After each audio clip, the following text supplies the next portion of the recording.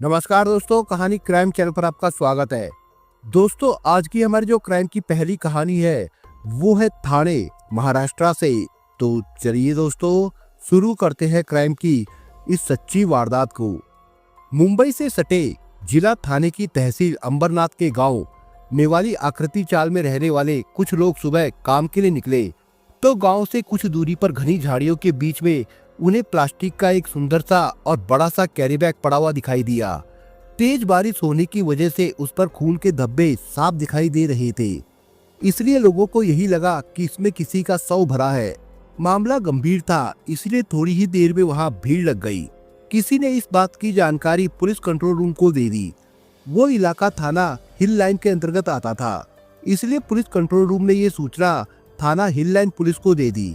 सूचना मिलने के बाद ड्यूटी पर तैनात असिस्टेंट इंस्पेक्टर पडार ने कार्रवाई करते हुए सच्चाई का पता लगाने के लिए नेवाली गांव स्थित पुलिस चौकी पर तैनात सब इंस्पेक्टर दगड़ू शिवराम अहिरे और पुलिस कांस्टेबल शेषराव वाघ को घटना स्थल पर भेज दिया। सब इंस्पेक्टर अहिरे और कांस्टेबल शेषराव वाघ गांव नेवाली पहुंचे तो गांव से कुछ ही दूरी पर उन्हें भीड़ लगी दिखाई दी। उन्हें समझते देर नहीं लगी कि शव वहीं पर पड़ा है। उन्होंने वहां जाकर सबसे पहले तो उस कैरी बैग को झाड़ियों से बाहर निकलवाया। गांव वालों की मौजूदगी में जब उसे खोला गया तो उसमें प्लास्टिक की मोटी थैली में एक युवक का शव तोड़ मरोड़ कर भरा गया था। शव बाहर निकाला गया। मृतक 26-27 साल का युवक था। किसी तेज धार वाले चाकू से उसका गला काटकर हत्या की गई थी। सांवले रंग का वो युवक शरीर से ठीक ठाक था। इसका मतलब हत्या में एक से अधिक लोग शामिल रहे होंगे। दगड़ू शिवराम अहिरे और शेषराव वाघ ने इस बात की जानकारी सीनियर इंस्पेक्टर मोहन वाघमारे को दी तो वो तुरंत घटना स्थल के लिए रवाना हो गए। उनके पहुंचने तक प्रेस फोटोग्राफर, डॉग स्क्वाड और फॉरेंसिक टीम के साथ पुलिस कमिश्नर वसंत यादव भी वहां पर पहुंच चुके थे। डॉग स्क्वाड, प्रेस फोटोग्राफर और फॉरेंसिक टीम का काम खत्म हो गया तो घटना स्थल और शव का निरीक्षण किया गया। इसके बाद शव की शिनाख्त की बात आई तो भीड़ में मौजूद कुछ लोगों ने मृतक की शिनाख्त कर दी। मृतक का नाम संजय हजारे था। वो अपनी पत्नी अनुभा, एक बच्ची और दोस्त दीपांकर पात्रा के साथ कुछ दिनों पहले ही वहां पर रहने आया था। मृतक की शिनाख्त होते ही मोहन वाघमारे ने एक सिपाही भेजकर मृतक की पत्नी अनुभा को घटना स्थल पर बुला लिया। अनुभा पति का शव देखकर फूट फूट कर रोने लगी। पुलिस ने उसे समझा बुझाकर शांत कराया और वहां की सारी औपचारिकताएं पूरी करने के बाद शव को पोस्टमार्टम के लिए जिला मध्यवर्ती अस्पताल भिजवा दिया। इसके बाद पुलिस थाने लौट आई थी। थाने लौटकर थाना प्रभारी ने अपने स्टाफ के साथ सलाह मशवरा करके हत्या के इस मामले की जांच इंस्पेक्टर जितेंद्र आगरकर को सौंप दी। जितेंद्र ने सहयोगियों के साथ जांच शुरू की तो उन्हें मृतक संजय हजारे की पत्नी अनुभा और साथ रहने वाले उसके दोस्त दीपांकर पात्रा पर शक हुआ, क्योंकि घटना स्थल पर जब अनुभा रो रही थी तो उन्होंने महसूस किया था कि पति की मौत पर कोई पत्नी जिस तरह से रोती है वैसा दर्द अनुभा के रोने में नहीं था। वो दिखावे के लिए रो रही थी। इसलिए उन्होंने जांच की शुरुआत अनुभा और दीपांकर से शुरू की। उन्होंने दोनों को थाने बुलाकर पूछताछ शुरू कर दी। पुलिस ने जब अनुभा से पूछा कि ये सब कैसे हुआ तो नजरें चुराते हुए उसने कहा कि कल रात को उनका अंडे खाने का मन हुआ तो वो अंडे लेने के लिए गए थे, लेकिन वो गए तो लौटकर नहीं आए। मुझे लगा कि बारिश तेज हो रही है, इसलिए वो कहीं रुक गए होंगे। रात 12 बजे तक मैंने उनका इंतजार किया। उतनी रात तक भी वो नहीं आए तो मैं बेटी के साथ सो गई। दीपांकर पात्रा के बारे में पूछा गया तो उसने उसे अपना मुंह बोला भाई बताया। उससे भी पूछताछ की गई तो उसने कहा कि उसे इस बारे में कुछ भी मालूम नहीं है और खुद को उसने निर्दोष बताया। अनुभा का बयान पुलिस के गले नहीं उतर रहा था। जिस औरत का पति रात को घर न आए, भला वो निश्चिंत होकर कैसे सो सकती है। इसके अलावा दीपांकर ने पूछताछ में जो बयान दिया था वो अनुभा के बयान से एकदम अलग था। अनुभा ने उसे मुंह बोला भाई बताया था, जबकि दीपांकर ने खुद को उसका दूर का रिश्तेदार बताया। इसी वजह से अनुभा शक के घेरे में आ गई थी। पुलिस को लग रहा था कि किसी न किसी रूप में अनुभा पति की हत्या में शामिल है, लेकिन पुलिस के पास उसके खिलाफ कोई ठोस सबूत नहीं होने की वजह से पुलिस उस पर सीधा आरोप नहीं लगा पा रही थी। पुलिस सबूत जुटाने के लिए वहां पहुंची जहां संजय अनुभा के साथ पहले रहा करता था, क्योंकि शिनाख्त के दौरान लोगों ने बताया था कि मृतक यहाँ कुछ दिन पहले ही रहने आया था। अनुभा और दीपांकर ने पूछताछ में बताया था कि यहाँ आने से पहले वे अंधेरी के गौतम नगर में रहते थे। जितेंद्र आगरकर ने अपने सहयोगियों को गौतम नगर भेजकर संजय और उसकी पत्नी के बारे में पता किया, तो वहां से पता चला कि संजय और उसकी पत्नी अनुभा के बीच में अक्सर लड़ाई झगड़ा होता रहता था। झगड़े की वजह थी अनुभा के संजीव के साथ अवैध संबंध। संजीव पहले उनके साथ ही रहता था, बाद में उसे अलग कर दिया गया था। इसके बावजूद अनुभा उससे मिलती रहती थी। जांच टीम के लिए ये जानकारी काफी महत्वपूर्ण थी। पुलिस ने तुरंत संजीव को हिरासत में ले लिया। थाने लाकर जब उससे पूछताछ की गई तो उसने भी पुलिस को गुमराह करने की कोशिश की, लेकिन पुलिस को पूरा विश्वास था कि हत्या इसी ने की है, इसलिए पुलिस ने उससे सच उगलवा ही लिया। इसके बाद अनुभा को भी गिरफ्तार कर लिया गया। पूछताछ में अनुभा और संजीव ने संजय की हत्या की जो कहानी सुनाई वो इस तरह से थी। संजय हजारे पश्चिम बंगाल के जिला 24 परगना के वीरभूम का रहने वाला था। चूंकि उसके यहाँ सोने चांदी के गहने बनाने और उस पर नक्काशी करने का काम होता आया था, इसलिए थोड़ी बहुत पढ़ाई करके वो भी यही काम करने लगा था। गांव में उसकी एक छोटी सी दुकान थी, जिससे इतनी आमदनी नहीं होती थी कि परिवार का गुजर बसर आराम से होता। मुंबई मेहनती और महत्वाकांक्षी युवकों के सपनों की नगरी है। संजय भी घर वालों से इजाजत लेकर सन 2005 में मुंबई आ गया था।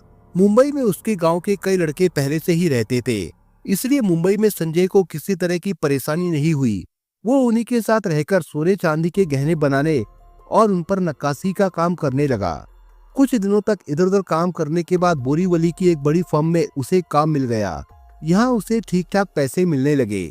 ठीक ठाक कमाई होने लगी तो पैसे इकट्ठा करके उसने अंधेरी के गौतम नगर में एक मकान खरीद लिया। वो अकेले ही रहता था, इसलिए दीपांकर और संजीव को भी उसने अपने साथ रख लिया।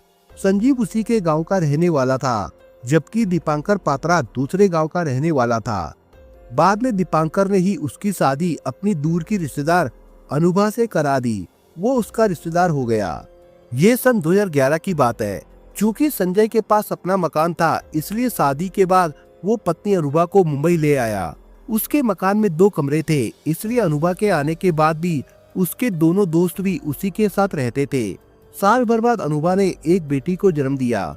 सभी उस बच्ची को बहुत प्यार करते थे। उनके लिए वो खिलौने की तरह थी, इसलिए वे उसे खूब खिलाया करते थे।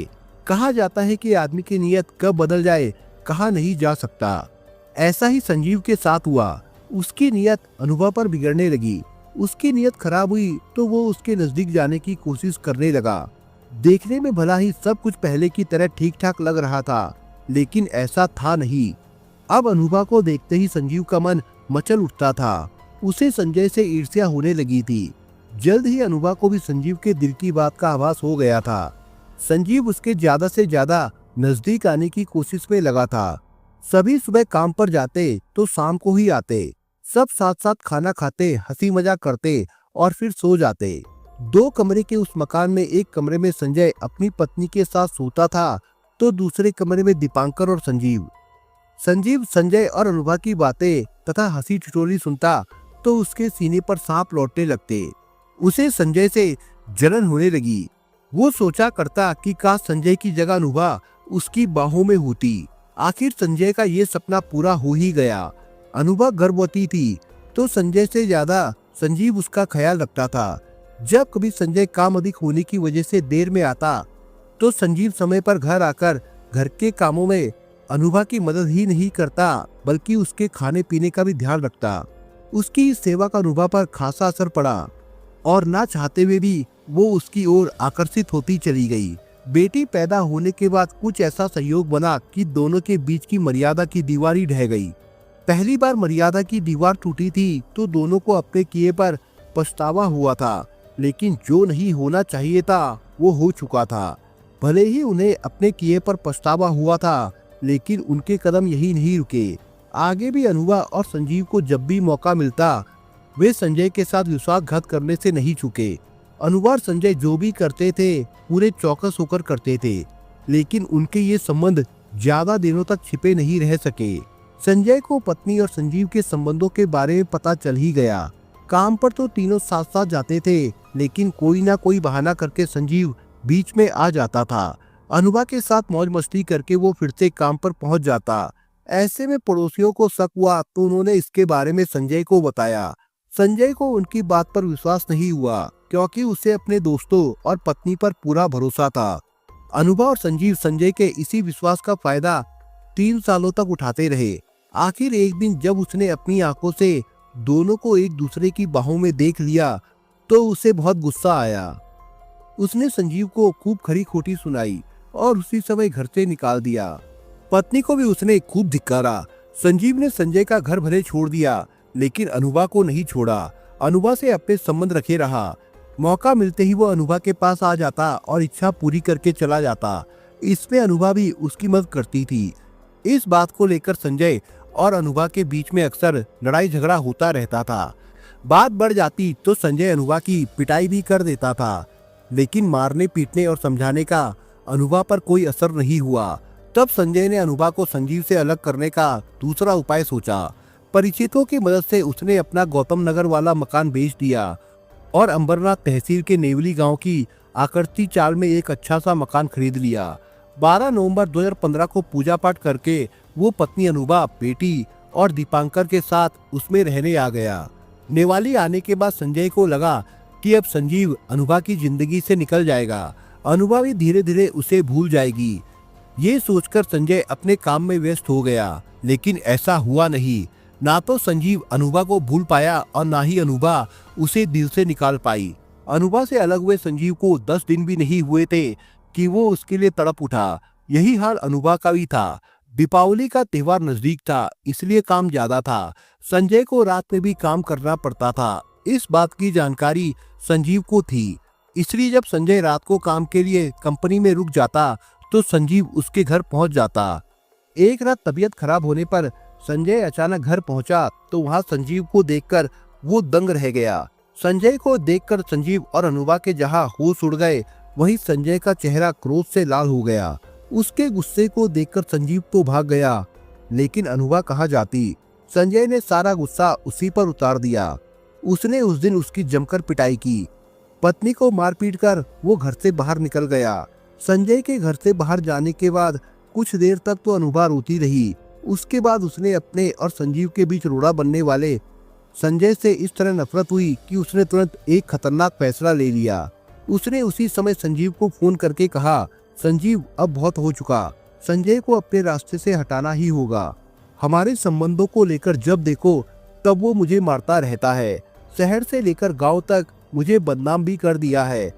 उसने मुझे कहीं का नहीं छोड़ा है। लोग मुझ पर थूक रहे हैं, इसलिए मैं चाहती हूँ कि इस किस्से को ही खत्म कर दिया जाए। अनुभा की बात सुनकर संजीव का दिमाग घूम गया। उसने अनुभा को धीरज बंधाते हुए कहा, ठीक है, मैं उसकी व्यवस्था करता हूँ। तुम कल 8 बजे आ जाना, मैं तुम्हारा इंतजार करूंगी। अनुभा ने कहा और फोन काट दिया। 23 नवंबर 2015 को संजीव ने बाजार जाकर एक तेज धार वाला चाकू खरीदा और ठीक समय पर संजय के घर पहुंच गया। संजय उस समय तक घर पर नहीं आया था। अनुभा ने उसे पीछे वाले कमरे में छिपा दिया और संजय के आने का इंतजार करने लगी। उस समय दीपांकर घर पर नहीं था, वो अपने एक दोस्त के यहाँ गया हुआ था। रात 10 बजे के करीब संजय घर पर आया तो अनुभा मुंह फुलाए बैठी थी। संजय ने उससे खाना मांगा तो खाना देने के बजाय वो उससे उलझ पड़ी और उसने उसे कसकर पकड़ लिया।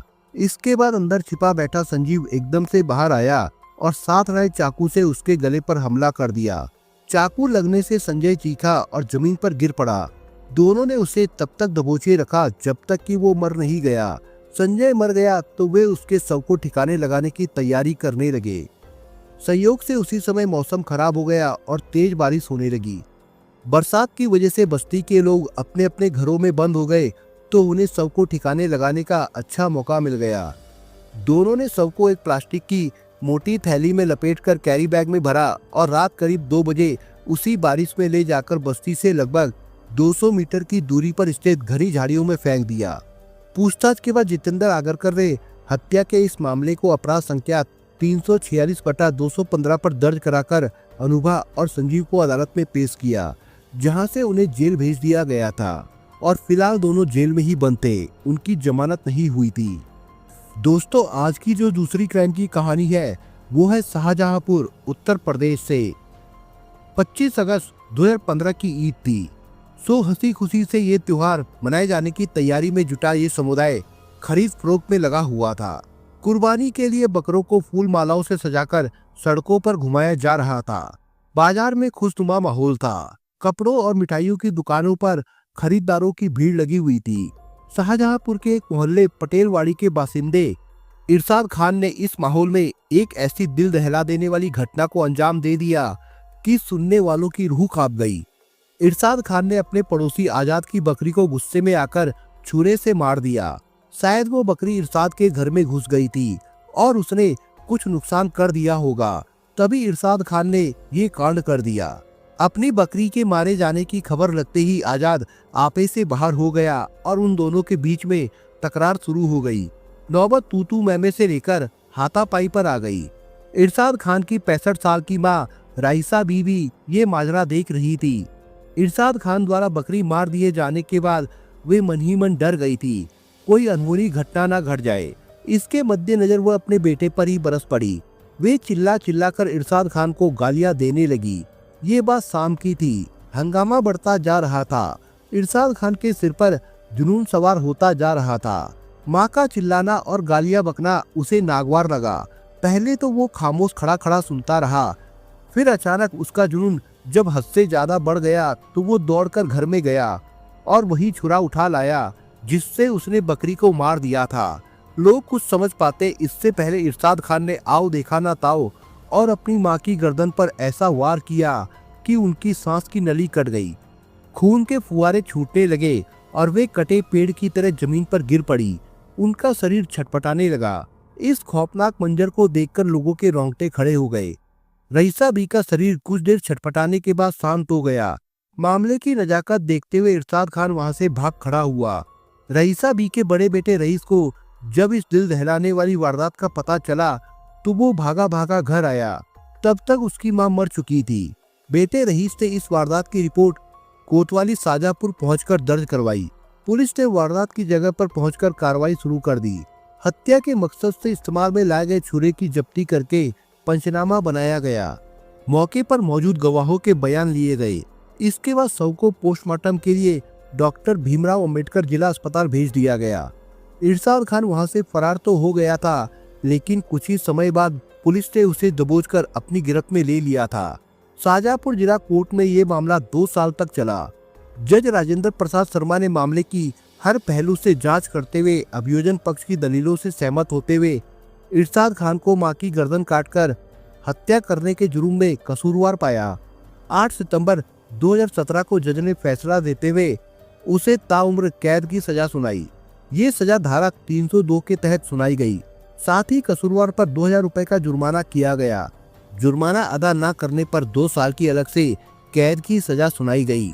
ईद के मौके पर एक बेटे ने बकरी की जगह अपनी मां की कुर्बानी देकर रोंगटे खड़े कर देने वाले कांड को अंजाम दिया। वही मां जिसने उसे 9 महीने पेट में रखा, पाल पोसकर उसकी हर मांग पूरी करते हुए उसे बड़ा किया। लेकिन शाहजहांपुर में एक बेटे की इस दरिंदगी ने मां की ममता को तार तार कर दिया। गुस्से में उठाया गया ये कदम उस परिवार पर भारी पड़ गया। मां जान से हाथ धो बैठी, जबकि उसके कत्ल के इल्जाम में बेटा जेल चला गया। दोस्तों इस कहानी के बारे में आपके विचार क्या है, हमें कमेंट बॉक्स में जरूर बताएं।